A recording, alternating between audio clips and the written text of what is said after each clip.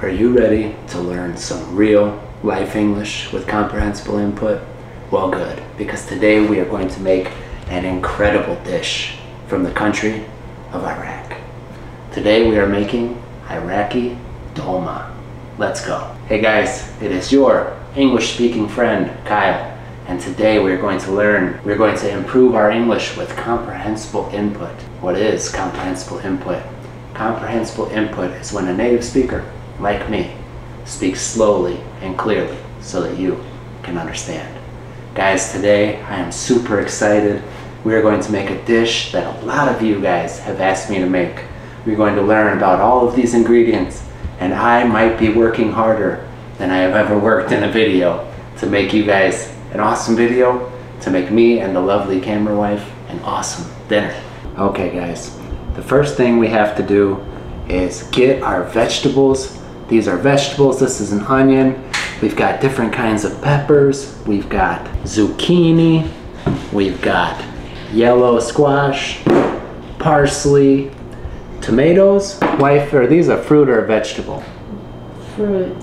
These are actually a fruit, guys. So tomatoes are a fruit.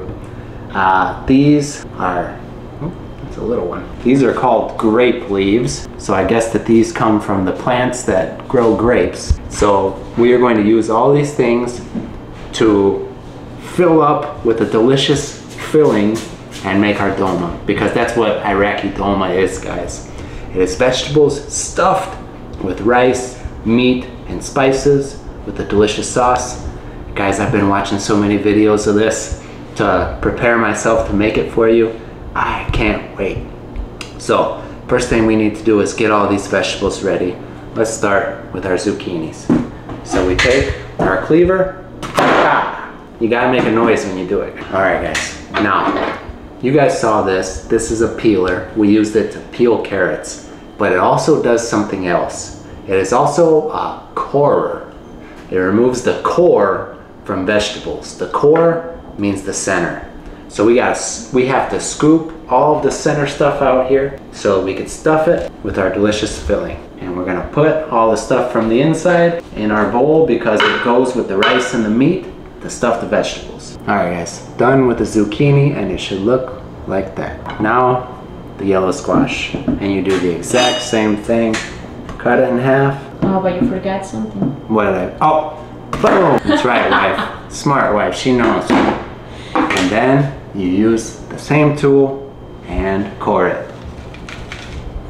The yellow squash is done, and now it is time for the tomatoes, and tomatoes are a fruit. All right guys, so you want to cut the tomato, the top, but not all the way, because we want to have like a little lid, okay? This is a lid. A lid goes on top of something and covers it. So with our tomatoes, we want a lid, and we'll use our little core and do the same thing. We're gonna scoop out the inside of the tomato, and that's gonna go in our filling. Good juicy tomato, and we're gonna do the same thing. All right guys, done with the tomatoes, and they should look like that. And they have their little lid. All right guys, the next thing we're going to work on, peppers. This is an orange bell pepper, red bell pepper, and these are called banana peppers. Now the peppers are a little bit different than the zucchini and the squash, because, do we want this in our dolma, wife? No. No, we don't want that. So we're going to scoop the seeds out, just put it in this plastic bag so we can throw it in the garbage. And we will do that with all of our peppers. All right, and our peppers are ready. The next thing is our onion. So guys, I peeled the outer layer of this onion. I cut down to the middle with my cleaver, and I boiled it. I put it in boiling water for about 4 minutes so that it would be easier to do this. Now, we're going to peel the little layers off like this. And I've seen on YouTube a lot of the Iraqi chefs say that the onion dolma is the best part. So we will see. I love onion, so I'm excited to try that part. And you need to peel each layer of the onion just like that. All right guys, we peeled our onion apart. We've got all these little layers. And in the middle, when it gets to this small part, they started breaking. So we're just gonna chop these little pieces up, throw those in the filling. Okay guys, now we're gonna start getting our filling together. Our vegetables are prepared. This is called an immersion blender. It blends everything up. All right guys, time to start getting our stuff put together for the filling. Those are the vegetables all blended up. Now let's chop up some parsley. I'm going to chop the parsley with my cleaver to chop, and we'll put that in. Boom. Boom. Boom. I'm going to put some lemon juice. I'm just squeezing it into my hand so I can catch the seeds, because we do not want the seeds in here. Now we will put our rice in here. This is plain white rice, and I rinsed it off with water. As we have learned in these cooking videos, food from this part of the world has a lot of delicious spices in it. So let's get our spices in there. We're going to do 1 tablespoon dried mint, 1 tablespoon mint, 1 teaspoon of sumac. The teaspoon is the smaller one. 1 teaspoon of smoked paprika, which is one of my favorite spices. It has a delicious taste. 1 teaspoon of cumin, 1 teaspoon of allspice, which my wife said smells delicious. 1 teaspoon black pepper, 1.5 teaspoons of salt, and then we need some tomato paste. It says 2 tablespoons of tomato paste, but there's a problem. What's the problem, wife? You need to open it. We have to open it. What do we use to open this, wife? I don't know how to say it. Perfect, because I'm sure other people don't either. I don't know how to say this in any other language that I speak. This is called a can opener, and you use it to Open it. open cans. That's easy. Oh, very easy. I am opening the can. Opening the can. All right, and we're just gonna put 2 nice little spoons in there. Boom. Boom. All right, little beautiful camera wife. What else is the filling missing? The meat. The meat.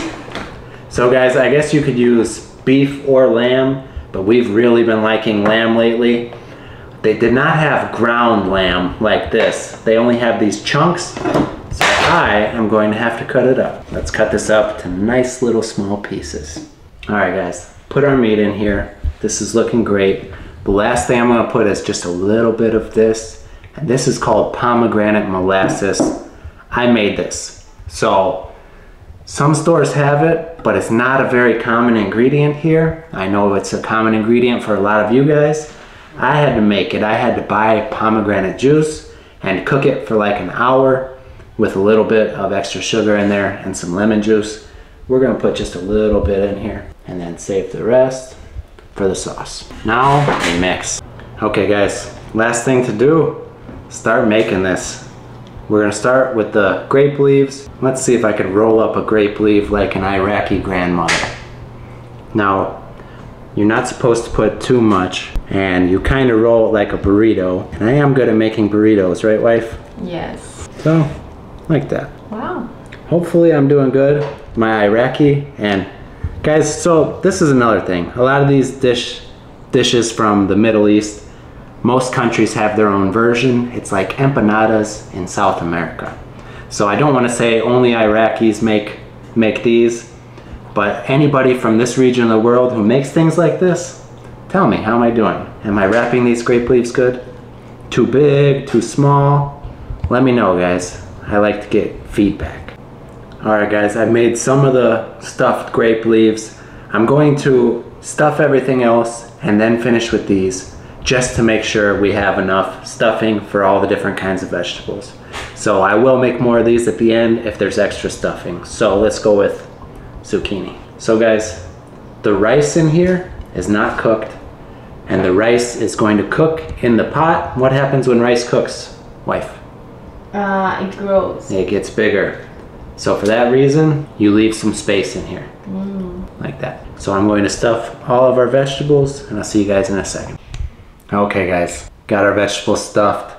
Now we've got to put it together in our pot, okay? And first thing you do is put some good olive oil down so that nothing sticks. And then I'm going to use this brush to make sure it gets all over the pan. Now, a brush you use to do what, Amor? To brush. To brush. Now you can brush your teeth, but not with this kind of brush. You can brush your hair. What else can you brush? Your pet. You can brush your pet's hair. And you can brush pots with olive oil. So this is going to make sure that nothing sticks and won't come off, and olive oil gives a delicious flavor. All right, guys. Now, this thing that I'm going to do, you don't have to do, but I love meat, and this is going to be incredible. We're going to take some lamb chops and put them on the bottom, and I'm just going to season this with salt. To season is when you put something on your food to make it taste better. So we're just going to season this with salt, because there's going to be so much flavor in that pot. Hard doing things with my left hand. You guys ever think about that? How we have one hand that can do everything so good, and then we have one hand that is like useless? Strange, right? All right, wife, show how it's covering the bottom of the pot like that. Salt on this side. So now when we're done, that's going to be on top. All right, guys, we're gonna put some green onions in, just for flavor. And we're gonna do a whole, I think they call this a head of garlic. Do they call it? Oh, bulb. Okay, a bulb. That's Spanish. Yeah. All right, guys, it's hard sometimes when you read recipes in different languages and stuff. We're gonna put a whole bulb of garlic in here, right there in the middle. Boom. That's gonna be great flavor. Now, let's put our stuffed olive leaves around the edge like this. I cannot wait for this, guys. I have not been so excited for a dish since plov. I get excited a lot now, guys, now that I'm cooking all these dishes for you guys. And this is working out pretty good. All right, now let's get some of these big ones in here, the orange bell pepper. Do you think it's gonna have a good room for everything? Oh yeah. And we'll put tomatoes, zucchinis. Hope I'm doing this right, guys. Not our garlic, our stuffed onions. You kind of just smash it all in there and try and make it fit in there as nice as you can. It's not very easy, but you have to remember, when rice cooks, it gets bigger. What do vegetables do when they cook, wife? It gets smaller. It gets smaller. That's right. I'm pretty happy with that. We'll see what happens. All right, guys, it needs a liquid to cook, so we're going to make a sauce. First, the juice from 1 lemon. Oh, and there's 1.5 cups of water in there already. So I am squeezing the lemon to squeezing the juice out of the lemon. A little bit of salt, a little bit more of that molasses that I made, that pomegranate molasses, and then a tablespoon of tomato paste. And what am I doing, wife? Stirring. Stirring it up. This is to stir. Or there's another word, to mix it all together. What is your expectations? My expectations? Yeah. Ah, delicious. Guys, it smells so good. This molasses is incredible. So now we just pour it on in. A little bit more olive oil and we cook. Okay, guys, so while we wait for our dolma to cook, it's gonna be about 1.5 to 2 hours. Let's learn some interesting facts about Iraq and test out this new microphone. Tell me, guys, if the audio sounds good in this little part about the facts. I only wanted to try the new microphone on this part because the dolma is going to be a lot of work, and I did not want to record all of that work just to find out later when I edit that this microphone doesn't work good. So this is the first small test trial run for this microphone. Tell me if the audio sounds good, please. The first interesting fact about Iraq, they call it the cradle of civilization.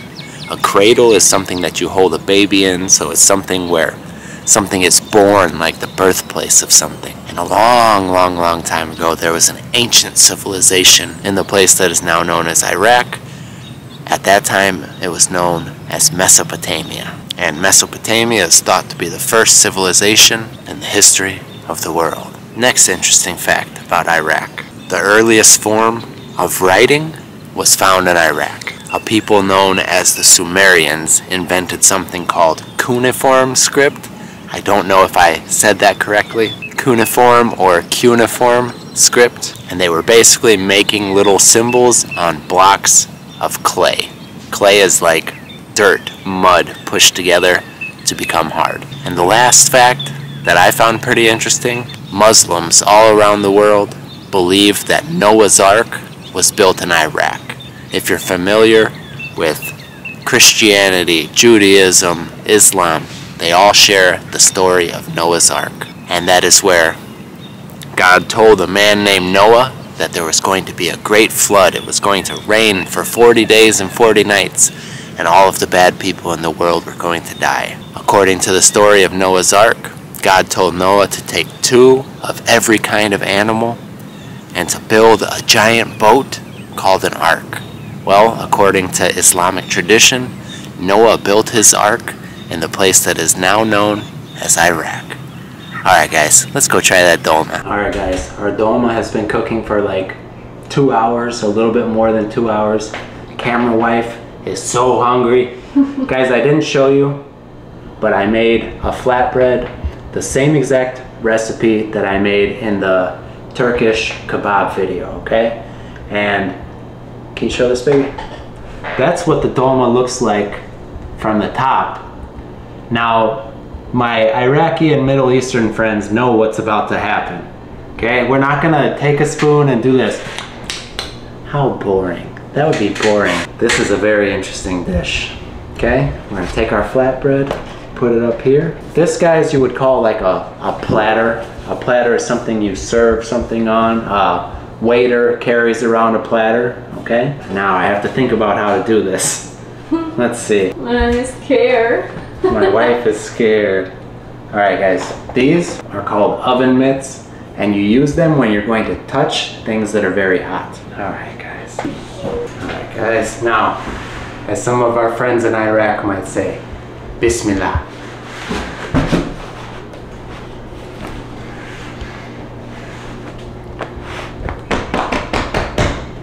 Are you ready, guys?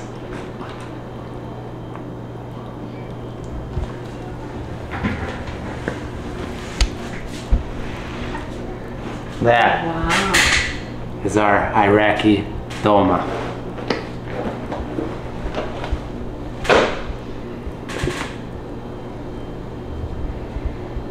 I'm quite happy with it. They're so good. So that's the presentation, guys. You want it to kind of stick together. Things are gonna fall apart. That looks delicious. I don't even know how to try this. Let me get a fork, guys. Let me get a fork. All right, guys. Here is my fork. What should we try first, wife? I gotta try the lamb. Falling apart, guys. Look, the bone is just sitting here. It's falling off the bone. We say that when something is, when a meat is very soft.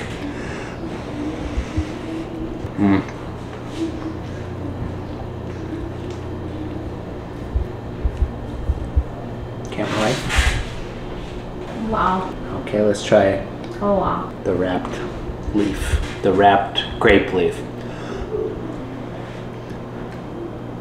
Camera wife is going to love this. So much. Oh my goodness. Wow. Wow. Try some of the flatbread here. All right, guys, so I'm trying to do something to respect the tradition. In a Middle Eastern Muslim home, I would not be touching things with this hand. You would eat with your right hand. Now this comes from the Quran. It's a teaching of the Prophet Muhammad. And another interesting thing that people who don't know anything about the Quran, whenever somebody says the name Muhammad, people say peace be upon him. It's a very respectful tradition. They eat with their right hands. Can you guess why, camera wife? No. Try the bread, camera wife. They eat with their right hands because this hand is used for cleanliness in the restroom, for cleaning yourself. So the tradition is you would use your right hand to shake hands, to hand somebody food, to drink, and that's something that the Quran says. Muhammad tells his followers, eat with your right hand and drink with your right hand. It's a cleanliness thing. We're trying to respect the culture here. Anyway, guys, Iraqi dolma. Let's see, one more bite. Oh, everybody on YouTube said the onion's the best. We've got to try the onion. Ooh, that looks like a good hot one.